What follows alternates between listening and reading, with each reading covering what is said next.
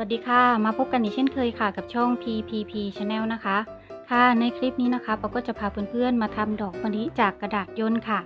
สวยงามแล้วก็ทำง่ายมากๆค่ะก็จะเป็นลักษณะดอกแบบนี้นะคะค่ะเดี๋ยวเรามาดูในส่วนของวัสดุและอุปกรณ์ที่เราจะต้องเตรียมค่ะ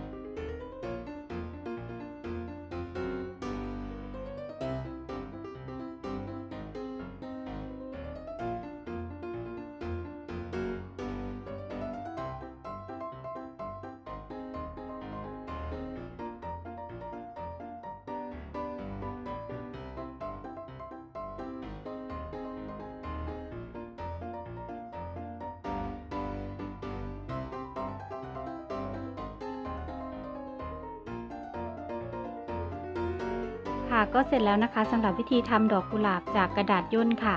ค่ะสำหรับคลิปนี้นะคะก็ฝากเพื่อนๆช่วยกดไลค์กดติดตามและกดแชร์ให้ปาด้วยนะคะและอย่าลืมกดกระดิ่งเพื่อจะได้ไม่พลาดคลิปใหม่ๆของปาทุกวันค่ะสำหรับคลิปนี้สวัสดีค่ะ